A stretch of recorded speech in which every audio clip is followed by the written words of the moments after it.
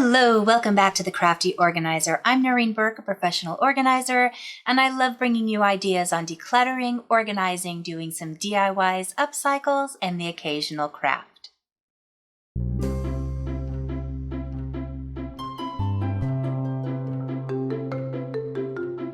I was going through the internet the other day trying to find some storage solutions for a client of mine. We're on a very tight budget for this particular job, and she doesn't have a lot of surface space, so we need to use the walls. As I was going through Pinterest, I saw an old idea that I'd seen before for kids' rooms about using rain gutters for book storage. And that got me to thinking, what else can we use this for? So as I started searching, I found this great idea for using it as picture shelves. I saw these ideas for using them for gardens outside, which you know I'm going to be doing in the spring. But then I stumbled across this idea. And I thought it was so genius. And then it launched me down into a rabbit hole, which I realize now I'm very late to the gutter game, but I still think it is such an incredibly good idea that I wanted to share it with you and see how easy it really was. So let's go to Lowe's.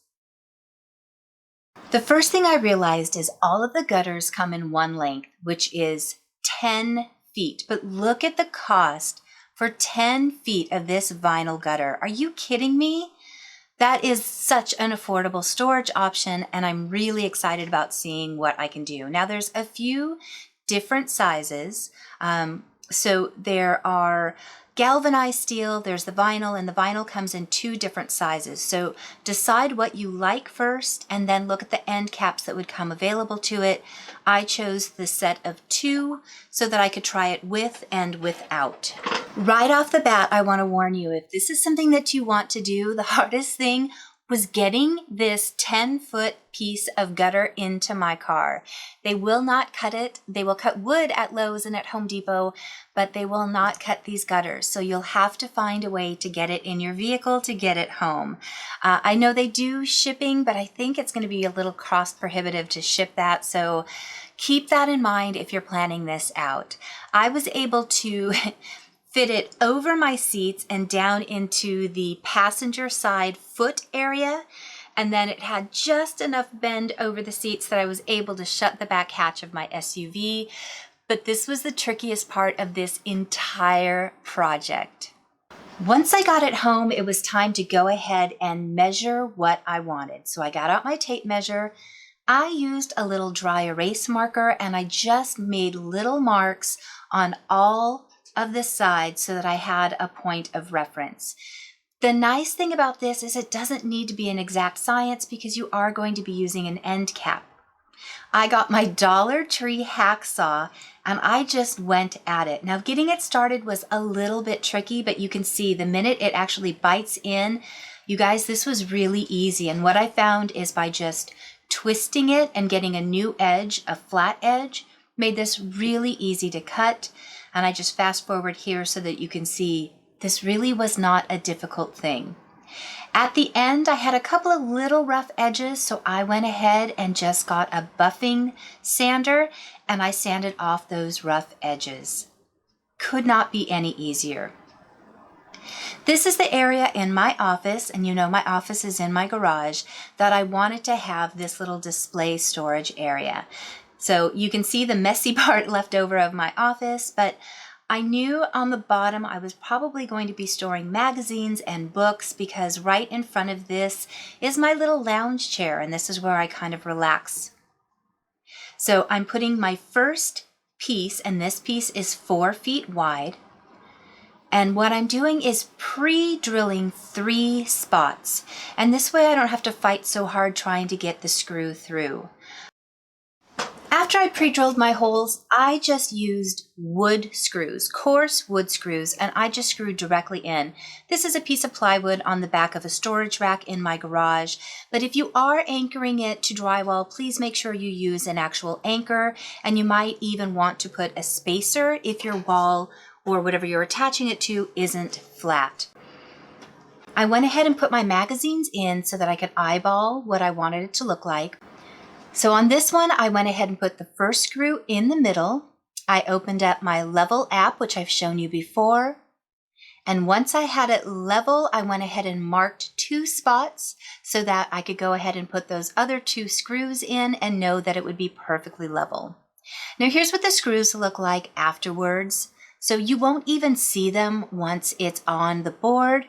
And as long as you're not putting an excessive amount of weight in here, this should be a super sturdy storage solution.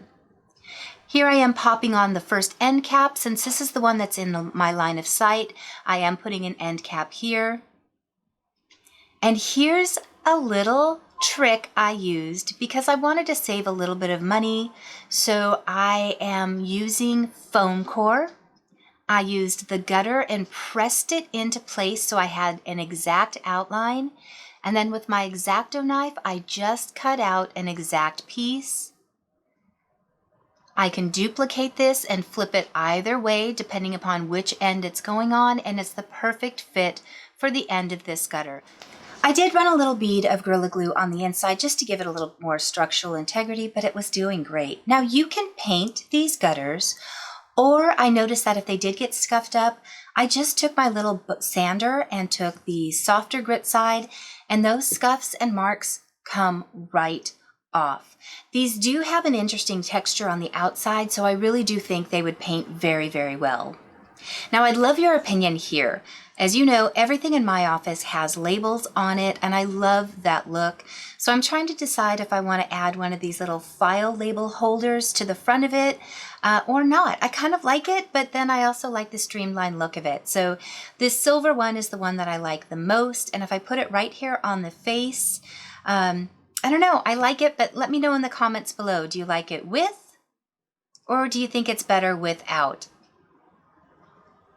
Now here's what it looks like all done. I can't wait to show this to my client to see if they like the look of it.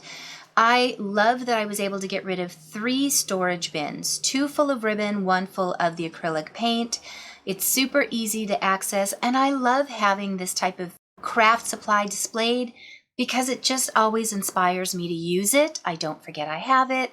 And by displaying it in the rainbow order, it's just really, I don't know, it matches the crafter's room decor style that I like so much. Now I did keep my Christmas ribbon separate because I do only use that once a year, but by not having my ribbon on a dowel, it's so much easier for me to pull out and use, and when I buy new ribbon, it's easy to slip in. Something I want to show you though, because these are a 4x4, I did put a pool noodle inside because these smaller spools will drop down. So let me show you. I'm going to take my acrylic paint out real quick. Like I said, because this is a 4x4 gutter, when you put these smaller spools in, they sink all the way down because it's 4 inches deep. So if you're looking at the profile of this, you won't be able to see inside. That might be perfect for you. I wanted to see it. So you could wad up some newspaper for that little recessed area, but like I said, I got a pool noodle and it was perfect. This was the catalyst, was seeing this paint, spray paint, and I really love the look of that. And because it's 4 inches deep again, you could put your paint in here and not worry about it flipping out because it's half of it is underneath the gutter line. So great idea. And then I just wanted to start playing with some other ideas for you. If you're a knitter or if you have a lot of larger spools of thread, this storage solution is amazing. And again, it's so inexpensive. I just think it's a wonderfully affordable storage idea that you could easily add without a lot of effort. I'm amazed at how much it makes that little area look so much bigger and brighter. And by having the gutters go long ways, it brings your eye into thinking that the space is larger. Really quick, if you've stayed this long, I want to go ahead and chat about some of the things that I've been battling. I'm just going to jump right in. Depression has kicked my butt. I had so many of you reach out and send me these wonderfully sweet, thoughtful, caring messages, and I appreciate them all so very much. It really meant a lot to me. With some of you, I was in a better place when you sent the message to respond. Others, I might have been a little bit less wordy, so I apologize. But There wasn't any one big thing that happened. It's just been so many small things that keep hitting. It's like the proverbial little boat that's in the ocean and the big waves keep coming and coming and coming, and my little boat just finally flipped over. So I hit a major wall. And it was right about the time that I had finally said out loud that Clutter Fairy is closing, which breaks my heart because Clutter Fairy has been my baby. But I'm not going to stop organizing. I'm going to be continuing. It's just going to be different. I'm working on making the Crafty Organizer a bigger portion, not just for YouTube, but for virtual organizing, because sadly, I really think that's the best way for me to go. I'm rebranding it also because there was the conflict of names that came about 2 years ago, and I don't want to have to limit anything that I do. And I'm so excited at the opportunities you keep bringing me by asking me questions, by asking me, how do I handle this situation? How would you organize this? So I am very excited about the future. I am very excited to create a whole new business again, with all that I've already learned from doing this for the past 8 years. So thank you for your patience. The thing that finally kind of snapped me out of it was I had a viewer reach out to me over the summer. She had asked if I had any tips or suggestions on getting her YouTube channel up. So I told her what I could, and I read her book, and her book is called Life After Depression. And as I was reading it, I just kept going, oh my gosh, that's me. Oh my gosh, that's me. Oh my gosh, that's me. And reading just how she handled it, how she persevered, how there were some really bad days for her, but then there were better days, gave me the hope that I needed at that time to keep going. And it was interesting because as I hit my low point again just a couple weeks ago, she must have known somehow because she reached out to me again and said, hey, Noreen, have you seen my newest video? It's about my ego. And I thought, oh, okay, well, let me check it out. Here's what she had to say. I decided it just wasn't worth it and I quit. And then I remembered when I was writing my book about my journey of depression that I said at the time that I would be happy if I helped or comforted or gave hope to just one person who read my book or who watched my YouTube channel. And somewhere in the middle of all of this, my ego took over. And because I didn't get thousands of subscribers like other people got, and likes and positive comments, my ego said to me, well, don't do this anymore. It's just a waste of time. But I'd forgotten about that one person who might be listening, might be watching, that I said was going to be enough. The reason I started organizing is it has helped me process pains that I've had in my life, whether they be physical or emotional or mental. Organizing has always been my go-to to work through my pains and feel better about the environment that I can control. And I've always wanted to share that with people, and that's why I became an organizer.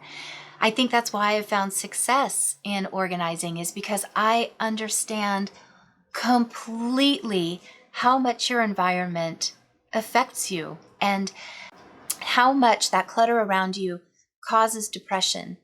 But likewise, depression causes clutter, and it gets to be this vicious cycle. So whatever we can do in our environment, which ironically is why I'm always changing things, it's my attempt to stay on top, keep things fresh, keep things happy, and it works for me. And if it works for me, I'm always hopeful that I, just like Rose, can find another person that I can help. I needed to hear that because it snapped me out of the point I was in and gave me a revitalized focus of get your butt off the couch. You love this business, make it work, find a way around. All of these people have been sending you notes of support. Don't let them down. Rose, from the bottom of my heart, I appreciated hearing these words. So I'm back. I have a whole new sense of purpose. I've already started working. If you're on my Facebook page, you've already seen that I've started making some tweaks to the logo, the name, my branding, and I'm just really excited. But I wouldn't have been able to do any of this without you. Thank you. With that, I also want to say thank you so much to my patrons. I've had a couple more join on. Most recently, I had Andrea and Darlene, and they joined the illustrious group of people who have been supporting me since the summer. Thank you, thank you, thank you. If you don't know what my Patreon does, is it allows me to find viewers and organize for them, either virtually or in person. I know a lot of people out there cannot afford to have an organizer come in and help them. And while I do love helping everyone, I guess I have a soft spot for people who have budgets like mine where they would love to have something like that, but they just can't. So my Patreons are what allow me to go in and help people like this, but not sacrifice the income for my family and still be able to provide and do these videos. So if you're interested in supporting me in that way, that information is in the description below. I'll be doing one more video. I can't believe next week is Christmas already, and then we'll be wrapping up the year. So I will see you next week for my final video of the year. I'll see you then. Bye.